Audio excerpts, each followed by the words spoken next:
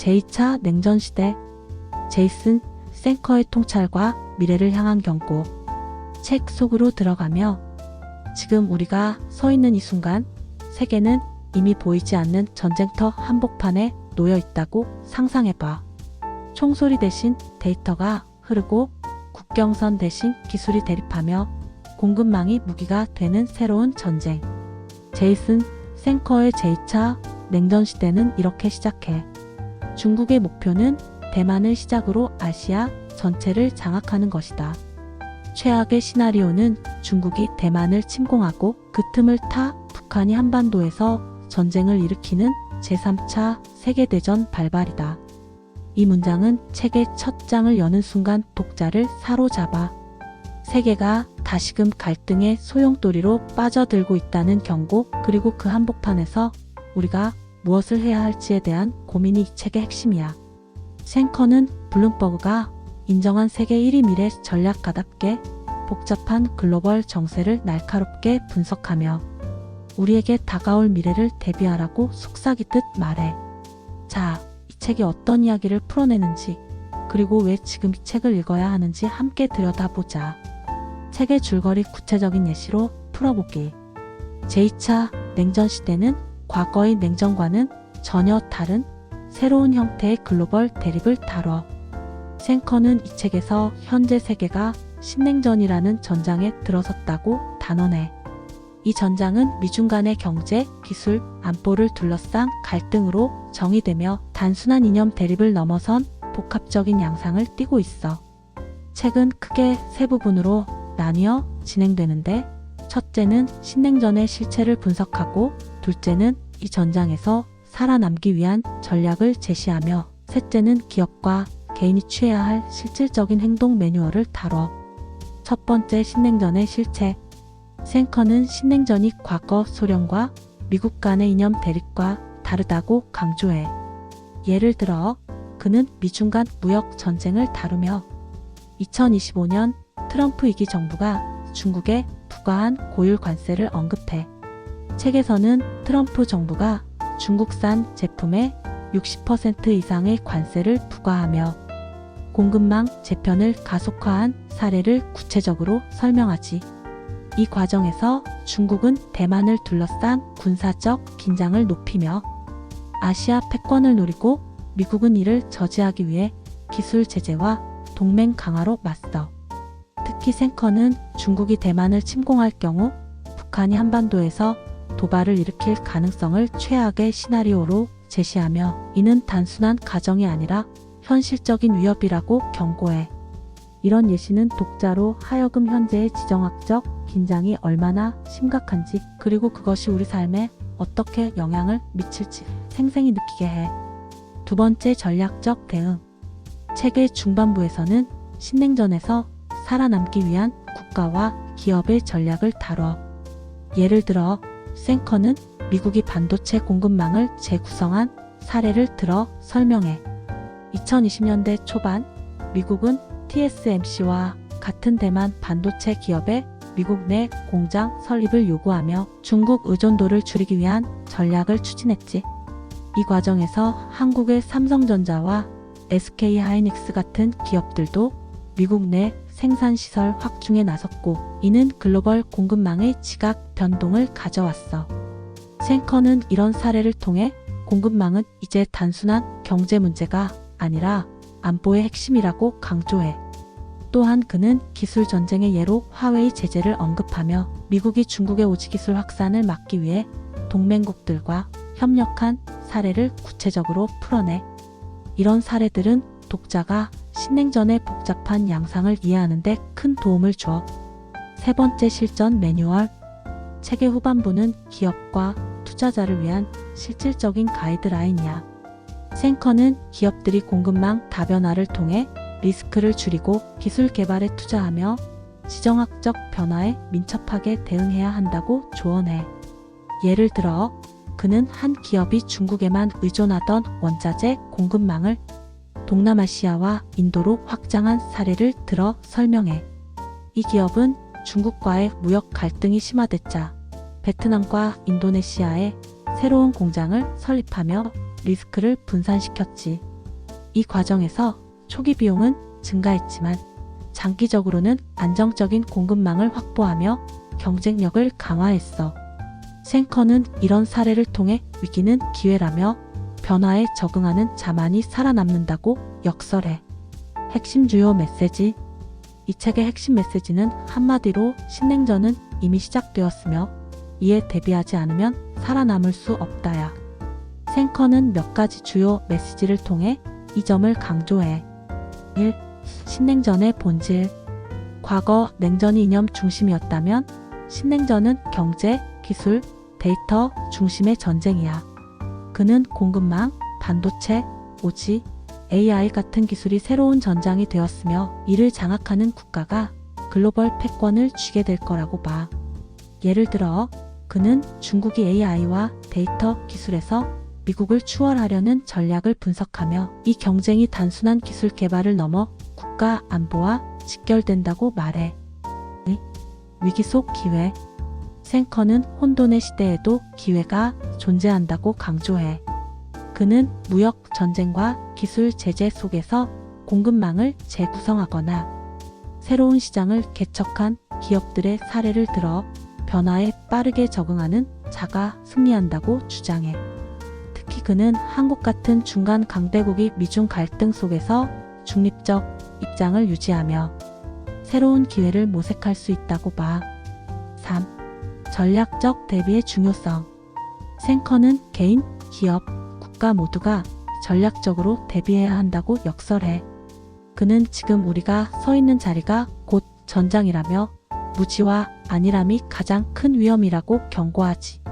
이를 위해 그는 데이터 분석, 기술 투자, 지정학적 트렌드 이해를 강조하며 이를 실행에 옮길 구체적인 방안을 제시해. 4. 제3차 세계대전의 위험. 책에서 가장 강렬하게 다가오는 메시지는 바로 제3차 세계대전의 가능성이야. 생커는 중국의 대만 침공과 북한의 도발이 연쇄적으로 일어날 경우 한반도를 포함한 아시아 전체가 전쟁의 소용돌이에 휘말릴 수 있다고 경고해. 이는 단순한 공포조장이 아니라 우리가 현실적으로 대비해야 할 시나리오로 제시되며 독자에게 깊은 인상을 남겨. 시사점 우리에게 주는 교훈. 제2차 냉전 시대는 단순한 경제 서적이 아니라 우리가 살아가는 세계의 큰 흐름을 이해하고 대비하라는 강력한 메시지야. 이 책이 주는 시사점은 크게 3가지로 정리할 수 있어. 첫째, 지정학적 리스크의 심각성이야. 생커는 미중 갈등이 단순한 무역 전쟁이 아니라 글로벌 패권을 둘러싼 총체적 대립이라고 봐. 한국처럼 지정학적으로 민감한 위치에 있는 국가에게 이는 특히 중요한 메시지야. 예를 들어 대만 해협에서의 충돌은 한국 경제와 안보에 직접적인 영향을 미칠 수 있어. 따라서 우리는 미중 간 균형 외교를 유지하면서도 독자적인 기술 경쟁력과 공급망 안정성을 강화해야 해. 둘째, 기술과 데이터의 중요성이 점점 커지고 있다는 점이야. 생커는 AI, 오지, 반도체 같은 기술이 단순한 산업이 아니라 국가 안보의 핵심이라고 강조해. 한국의 경우 반도체와 배터리 산업에서 글로벌 리더로 자리 잡고 있지만 이를 지키기 위한 전략적 투자가 필요해. 예를 들어 그는 한국 기업들이 미국과 중국의 기술, 제재 속에서 중립적 위치를 활용해 새로운 시장을 개척할 수 있다고 조언하지. 셋째, 개인과 기업의 능동적 대응이 필요하다는 거야. 생커는 신냉전 시대에 살아남으려면 변화에 빠르게 적응하고 리스크를 분산하며 새로운 기회를 포착해야 한다고 말해. 예를 들어 개인 투자자는 중국에 과도하게 의존하는 기업보다는 다변화된 공급망을 가진 기업에 투자하는 것이 안전하다고 조언해. 기업은 기술 개발과 글로벌 네트워크 확장에 집중해야 하며 이는 한국의 중소기업에도 적용되는 현실적인 조언이야. 다른 사람들이 느낀 점, 독자들의 반응. 제2차 냉전 시대는 출간 직후 미국 아마존 거시경제 분야 1위, 국내에서는 네이버 도서 종합 9위, 교보문고 경영경제 분야 주간 베스트셀러 1위를 기록하며 큰 반향을 일으켰어. 독자들의 반응은 대체로 긍정적이지만 다양한 관점에서 책을 평가했지. 긍정적인 반응. 많은 독자는 생커의 날카로운 분석과 현실적인 조언에 깊은 인상을 받았어. 특히 경제와 지정학에 관심 있는 독자들은 이 책이 복잡한 글로벌 정세를 이해하기 쉽게 풀어냈다고 평가해. 한 독자는 미중 갈등의 본질을 이렇게 체계적으로 설명한 책은 처음이라며, 특히 공급망과 기술 전쟁에 대한 사례가 실무에 큰 도움이 되었다고 했어. 또 다른 독자는 한국이 미중 사이에서 어떤 전략을 취해야 하는지 구체적으로 알게 되었다며 한국 독자들에게 특히 유의미한 책이라고 평했지. 기업인과 투자자들 사이에서도 이 책은 큰 호응을 얻었어. 한 기업인은 공급망 다변화와 기술 투자에 대한 조언이 우리 회사의 전략 수립에 직접적인 영감을 주었다고 말했어. 또한 투자자들은 생커가 제시한 위기 속 기회라는 메시지에 공감하며 불확실한 시대의 투자 방향을 잡는 데 도움을 받았다고 했지. 비판적 시각. 반면 일부 독자는 책이 지나치게 미국 중심적이라고 비판했어. 생커가 미국의 관점에서 중국을 위협으로 묘사하며 트럼프 정부의 정책을 긍정적으로 평가한 점이 편향적이라는 의견이 있었지. 한 독자는 중국의 입장을 더 균형 있게 다루었다면 좋았을 것이라며 아쉬움을 표했어. 또 다른 비판은 책이 지나치게 최악의 시나리오, 특히 제3차 세계대전 가능성에 초점을 맞췄다는 점이야. 이런 시나리오가 현실적이지 않다고 느끼는 독자들은 공포를 조장하는 느낌이 든다고 말했지. 한국 독자의 관점. 한국 독자들 사이에서는 이 책이 한반도와 대만 문제를 다룬 점에서 특히 주목받았어. 많은 독자가 북한의 도발 가능성과 한반도 전쟁 리스크를 이렇게 구체적으로 다룬 책은 드물다며 한국의 지정학적 현실을 직시하게 했다고 평했어. 특히 젊은 독자들은 이 책을 통해 글로벌 정세에 대한 관심이 높아졌다고 했고, 일부는 미래를 준비하기 위해 더 많은 정보를 찾아봐야겠다는 동기를 얻었다고 말했지. 마무리. 당신의 생각은? 제2차 냉전 시대는 단순한 경제 서적이 아니라 우리 모두가 직면한 새로운 세계 질서를 이해하고 대비하라는 강력한 메시지야. 생커는 복잡한 지정학과 경제, 기술의 흐름을 명쾌하게 풀어내며 우리가 지금 어떤 전장에 서 있는지, 그리고 어떻게 살아남을 수 있는지 알려줘. 이 책을 읽으며 나는 우리가 얼마나 빠르게 변화하는 세상에 살고 있는지, 그리고 그 변화에 얼마나 민첩하게 대응해야 하는지 깨달았어.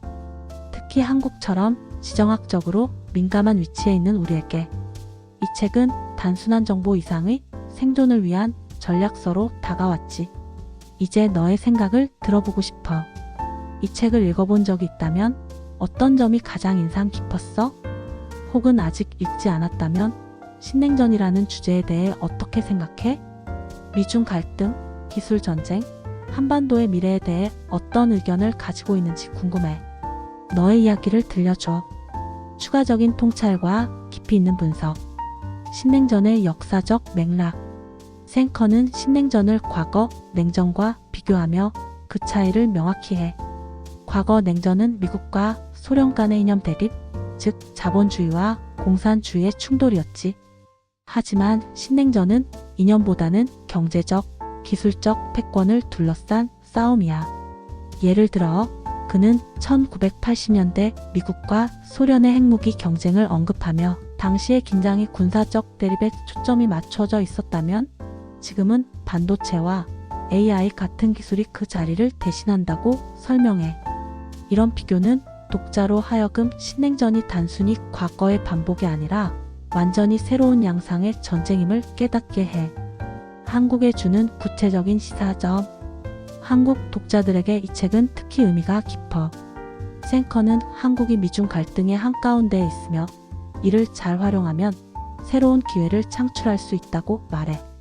예를 들어 그는 한국의 반도체 산업이 글로벌 공급망에서 핵심 역할을 하고 있으며 이를 통해 미국과 중국 모두와 협력할 수 있는 유리한 위치에 있다고 분석해.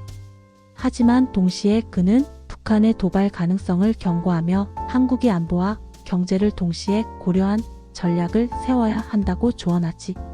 특히 그는 한국 정부가 중립적 외교를 유지하면서도 기술 개발과 공급망 다변화에 집중할 것을 강조해. 글로벌 기업의 사례. 생커는 책에서 여러 글로벌 기업의 사례를 통해 신냉전 시대의 전략을 구체화해. 예를 들어 그는 애플이 중국 내 생산 비중을 줄이고 인도와 베트남으로 공장을 이전한 사례를 언급해. 이 과정에서 애플은 중국 시장의 리스크를 줄이면서도 새로운 시장에서의 경쟁력을 강화했지.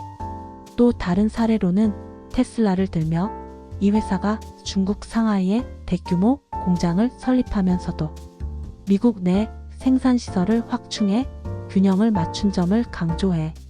이런 사례들은 한국 기업들에게도 큰 시사점을 주며 특히 삼성전자와 현대차 같은 기업이 글로벌 시장에서 어떤 전략을 취해야 하는지 고민하게 해. 개인 투자자를 위한 조언. 생커는 개인 투자자들에게도 실질적인 조언을 아끼지 않아.